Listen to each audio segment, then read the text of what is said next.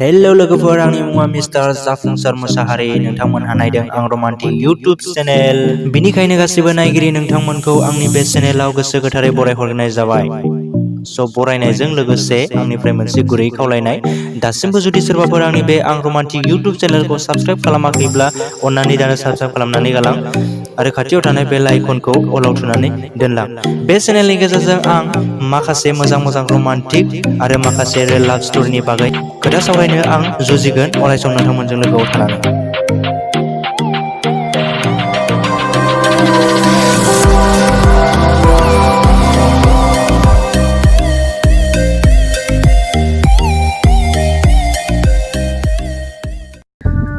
नै लोगोफोर, नोंथांमोननि सेराव आं दिनै मोनसे गोदान भिडिअ लानानै फैलायबाय। लोगोफोर, नोंथांमोनहा भिडिअखौ नायदोंब्ला अन्नानै जोबजासिम नायलां।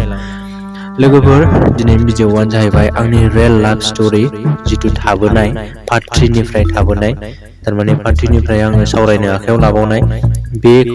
बेखिनिखौ आं दिनै सावरायनो नागिरदों लोगोफोर, नोंथांमोननि सेराव आं खिन्थानो नागिरदों, नोंथांमोनजों रायज्लायनो नागिरदों।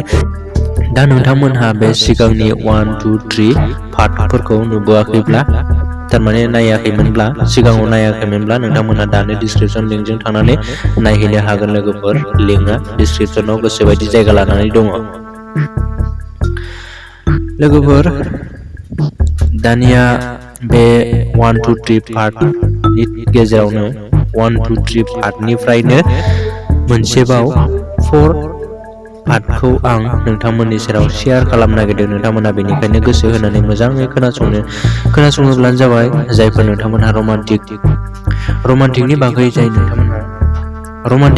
जाय नोंथांमोनहा गोसो गुदुं, एबा रमान्टिक खोथाखौ जाय नोंथांमोनहा मोजां मोनो, खोनासंनो मोजां मोनो, बिसोर नोंथांमोनहाल' खोनासं। गुबुनफोरा रमान्टिकनि फारसे इन्टारेस्ट गैयाबा नोंथांमोनहा भिडिअखौ नायाब्लाबो जागोन। दा बेनिखायनो नोंथांमोननि सेराव आं बुंखानाय जाबाय लोगोफोर। दा आं बे आंनि रियेल लाभ स्ट'रिनि नामखौ आरोखि ना, टाइटेलखौ मोजां मोननाया थैनानै थाङा होननानै बुंनाय जादों लोगोफोर। दा बियो पार्ट 1 निफ्राय लानानै 3 सिम अलरेडि भिडिअआ जाखांखाबाय। ससे आरोखि, नोंथांमोननो आं ससे भिडिअ बानायनानै होनाय जादों। दा बेनि गेजेरावनो आं दिनै पार्ट 4 खौ लानानै फैदों आरोखि। दा आरो माने ससेबाव आङो आंनि रियेल लाभ स्ट'रिनिफ्राय ससे पार्ट लानानै फैबावनाय जाबाय लोगोफोर। नोंथांमोनहा नायलांदो भिडिअखौ। लोगोफोर, पार्ट 3 आव थाबोनाय जिथु भिडिअआ माबायाव थाबोदोंमोन, माने आङो बैसागु जाजेननाय आरोखि ना। बैसागु जाजेननानै आङो नाम्बार बिनानै लायनो थिननाय सासे लोगोखौ, थारमाने आंनिनो क्लास फ्रेन्ड आरो आंजोंनो हाबबोनाय, जोंजों समान। दा बे हिन्जाव लोगोनाव आं फसायनाय, आंनि जिउनि लोगोरि खालामनो आं लुबैनाय सना माइनावखौ मोननो थाखाय आं बिनिसिमबो नाम्बार बिहोनो थाखाय बिनि खाथियाव थांदोंमोन आरोखि ना। नाम्बार बिहोनो थाखाय, नाम्बार बिहरदों होननानै खोन्थाहैनो थाखाय, थारमाने बिखौ आङो फोरमायना लाबाय आरोखि बिनि सिगाङाव। ओमफ्राय बिहा माने आंनो नाम्बार लाबोनांसिगौ, थारमाने बिनो खोन्थाहैनानै। दालाल बायदि जाबाय आरोखि ना। दालाल होना, जायखिया लोगो नालायथो लोगोनि खामानिखौ मावखानांगोन। बिदिनो लोगोफोर थाङै थांबाय। दा बैसागुआ जोबनानै थांबाय। दा बैसागुनि उनावबो स्कुला माखासे सम बन्द' थायो नालायथो। बन्द'नि उनाव बिदिनो लामायाव लोगो मोनबावबाय आरो, माने बैसागुनि उनाव लामायाव लोगो मोनबावबाय। बे लोगोखौ आङो लामायाव लोगो मोननानै ओमफ्राय बिदिनो एदावबावबाय आरोखि आङो। मेगन बोखोबाय, बोरो होननाय जाबाय थारमाने। बेखौ बुजिखाबाय बियो, ओमफ्राय मिनिबाय। बिदिनो स्कुल खुलिथ'वाखै, स्कुल खुलिबा बिगोन आङो, बिनाय नायगोन आं होनबाय आरो। दानिया स्कुल खुलिबाय आरो साननैसोनि उनाव। लोगोफोर, स्कुला खुलिनायनि उनाव दानिया मा जाखो, ओइदिन आङो फरायसालियाव थांदोंना थाङाखैमोनथाय। फरायसालियाव थांदोंमोनब्लाबो गनानै जायखिया जोङो थाब फैग्रो आरोखि ना। थाब फैग्रो। जों बयसफ्रा बांद्राय क्लास लानो इन्टारेस्ट मोनाना, ओरै वाल बारबोलाबायोमोन जोङो। ओमफ्राय फैग्रोलाबायोमोन बिदिनो क्लास लानो बाबाथाय फैलाबायोमोन बिदिनोसै आरो। ओमफ्राय दा बिसोरो फुल क्लास लानानै फैयोना होमबा आङो गामियाव दंमोन आरो गामिनि सासे लोगोनि न'आव दंमोन आरो। ओमफ्राय दा नाम्बारखौ बिहैबाय बियो थारैनो नाम्बारखौ बिहैनानै सानसेनो मोनबोआखै लोगोफोर नाम्बारखौ सानसेनो मोनबोआखै। सानसे बिहैबाय बियो ओरै उमुगा ओरैबायदि नोंखौ मोजां मोनोनो दा नोंनि नाम्बार नांगौ आंनाव बिहरदों आंनो खोन्थानो लादों होननानै खोन्थाहैबाय। दाना नै नाम्बारखौ ओरैनो हरासै बियो बिमा लाग्रासो ना फनाबो उन्दैयावथ' फन मोना जों बांसिनानो आरो हिनजावफ्रा मोनखाया बांसिनानो।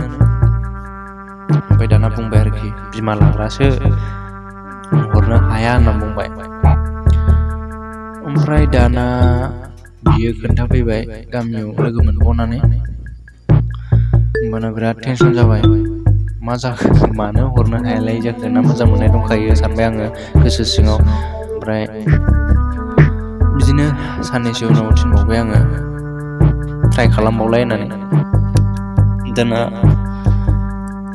दाना बेबायदिनो गले होनेबाय थानाय जाबाय आरोखि आंनि सिगाङावसो बुंबाय थायो मायो होननानै। दा बिदिनो जाबाय खोथाया हरनोबा बांसिन हरनाय बायदि जाबाय आरोखि ना। हरनोबा बांसिन हरनायनि खोथायानो जाहैबाय नाम्बारा बिमासो लायो थारमाने गावनि पार्सनेल मबाइल गैयामोन लोगोफोर गावनियाव।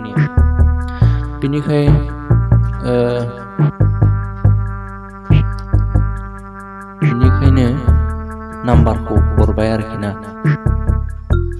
हरबाय नाम्बारजों लोगोसे गांसे लाइजाम ओमफ्रायो गांसे पासपर्ट साइज फट' हरबाय आरोखि ना समायना। दायो लोगोफोर पासपर्ट हरनायनि उनाव माने पासपर्ट साइज फट' गांसे हरफाबाय ओमफ्राय नाम्बारखौ हरबाय आरोखि बिमानिखौब्लाबो गले बिहरबाय थानायलाय। ओमफ्राय दानिया होफैबाय बेजों लोगोसे लाइजाम गांसे। दा बेखौ आंनि लोगोआ आंनि आखायाव गथायफैबाय आरोखि ना बेलासि समाव स्कुल गखांनानै। दा ओरैबायदि सासे लोगोखौ थिनहरबाय आंखौ लेंहरनो थिनबाय आरोखि। ओमफ्राय फैबाय आङो मा खौरां लानानै फैखो आंथ' मिथिया।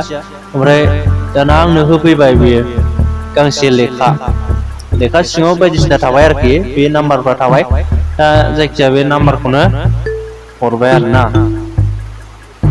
दाना आङो मोननायनि खुसिजों बे नाम्बार लाबोग्रा लोगोखौनो थेंक इउ होननो बावलायबाय आरोना। जोबोद दुखुनांथावलै लोगोफोर। ओमफ्राय दानिया थाङै नायबाय थारमाने आङो सासे लोगोनि न'आवसो दंमोन ना हैदिनबो। ओमफ्राय दाना लानानै थांबाय आङो डाइरेक्ट थेंक इउ जेबो बुंलायलायासै आङो जोबोद खुसि जाबायना गोसोआ ओरैबायदि रंजाखांनाय मोनबाय थारमाने आं लुगैनाय बुस्थुखौ आं मोनबाय बायदि मोनबाय आरो। ओमफ्राय दानिया थांनानै नायबाय आरो नायनानै दाना नुबाय नाम्बारा दंमारो थारैनो। ओमफ्राय लोगोसे लाइजामखौ आं फरायथ'वासै थारमाने लोगोफोरबो दंमोन। ओमफ्राय दाना फट' गांसे नुबाय आङो जोबोद समायना बिराद समायना फट' नुबायना आं पासपर्टबाबो आरोखि ना पासपर्ट फट' जोबोद समायना फट' हरफाबाय। ओमफ्राय दा उफाय गैया लोगोफोर गोनाङाव आङो गोसोजों खनसे किस खालामनांबाय आरोखि ना फाग्ला बायदि मोननानै। लोगोफोरनि सिगाङावथ' आं खुगाजों किस खालामनो हायासै फट'खौ। ओमफ्राय दाना गोसोजों जोबोद मोजां मोनबाय आरोखि थारमाने बेनो किस खालामनाय जाबाय गोजोननायानो किस खालामनाय जाबाय आरोना। दा लोगोफोर उनावहाय माबा मोनसे जाबावदों नामा नोंथांमोनहा बेखिनि बाथ्राखौ नोंथांमोनहा खोनानानै एसेब्लाबो गोसोआव गोजोननाय मोनदोंब्ला रमान्टिक चेनेलनि गेजेरजों नोंथांमोनहा भिडिअनि सायाव जुदि मोजां मोनदोंब्ला एसेब्लाबो नोंथांमोनहा अननानै लाइक खालामब्लानो जाबाय आरो सोरनोबा मोनथिहोनो लुबैदोंबा शेयार खालामना होबानो जाबाय लोगोफोर। दा बेखिनियानोसै लोगोफोर दिनै भिडिअआ उननि समाव आरो फैबावगोन लोगोफोर। दा नोंथांमोनहा नुनो मोनगोन नै भिडिअ बानायफुबाय थानाय समावनो भइस कभार खालामफुनाय समावनो बिराद अखा हानानैसो होबाय लोगोफोर। आं बिराद खरा रायज्लायनो गोनां जाबाय आरो अखा हानाय समाव बिदि रायज्लायबाय थानो हाया बेनिखायनो आं भिडिअखौ सर्ट खालामनाय जाबाय लोगोफोर। नोंथांमोनहा अननानै गाज्रि दामोनसै अननानै उननि भिडिअखौ नेनानै थाबावबानो जाबाय लोगोफोर। लाइजाम आरो फटक ओमफ्राय नाम्बार मोनखांनायनि उनाव आं सनाखौ मा बुंहरखो नोंथांमोना खोनासंबावनो लुबैदोंब्ला थारैनो नेनानै था भिडिअआ फैबावगोन लोगोफोर नोंथांमोना गाज्रि मोननाङा भिडिअआ ससेल' जाबाय अननानै गाज्रि दा मोनसै स' नेक्स्ट भिडिअआव लोगो मोनसिगोन दे अब्ला थेंक इउ